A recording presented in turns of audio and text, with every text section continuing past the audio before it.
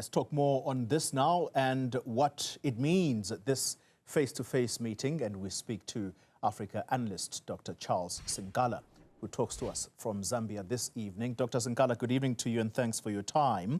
Let's begin with the significance of the face-to-face meeting between the two presidents who, in a way, have avoided each other for some time now since the latest resumption of hostilities.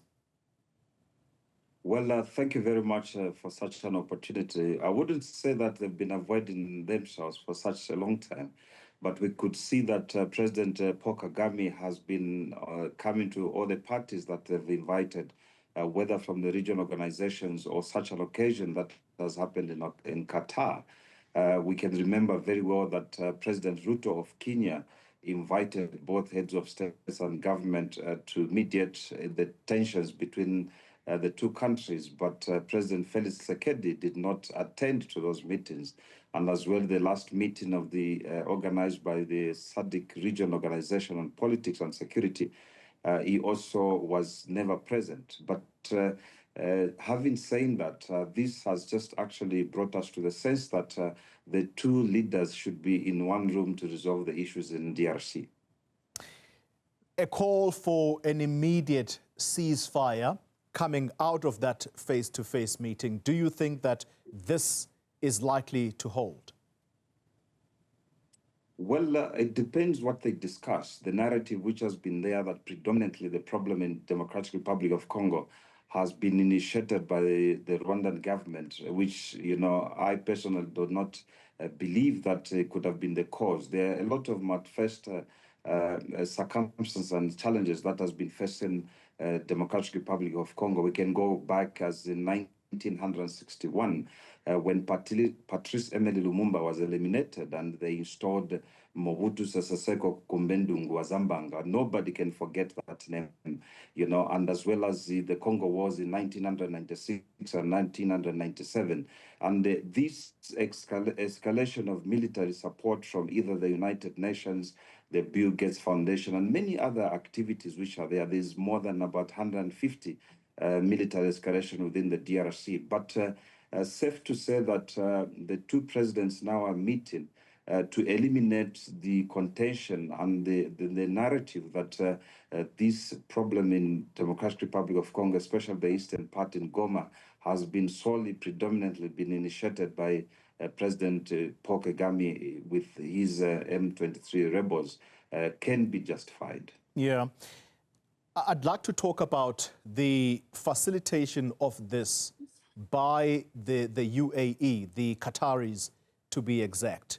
We'll talk about them in a moment, their role as peace brokers here, if you like. But first, the ability to get Kagame and Tshisekedi in one room, that is quite a feat. What do you think it says about the regional bodies like SADC, EAC, and ultimately the AU? What does it tell us about them and perhaps their influence or lack thereof? It's an embarrassment. It's an embarrassment in the sense, to an extent, that regional organizations such as SADC, where the two countries falls in and their members, and as well as the AU, which is the largest organization on the continent, which predominantly looks after the 55 states, you know, has failed to have those two in the meetings, you know, notwithstanding any virtual meetings between the two heads of states and government. This just shows that it's not a platform, especially to the part of President Felix Tshisekedi, who has absconded and never pitched for such meetings, you know, but President Paul Kagame has always been present in those meetings. I think neutrality is something that one will feel that both presidents has felt safe, you know, to be hosted in the foreign nation such as Qatar. But I have a problem with African leaders who will be like to, you know, to hang their dirty laundry in public. You know, this should be an African problem, you know, to be mediated within the African continent, you know, so that we can may find solutions. President Cyril Ramaphosa of South Africa tried to bring those two leaders together. He failed, and many other heads of states and government. But, having said that, we are very happy as Africans that at least there's a sense of maturity for the two heads of states and government to face the reality and start discussing what is the solutions in terms of conflict resolution.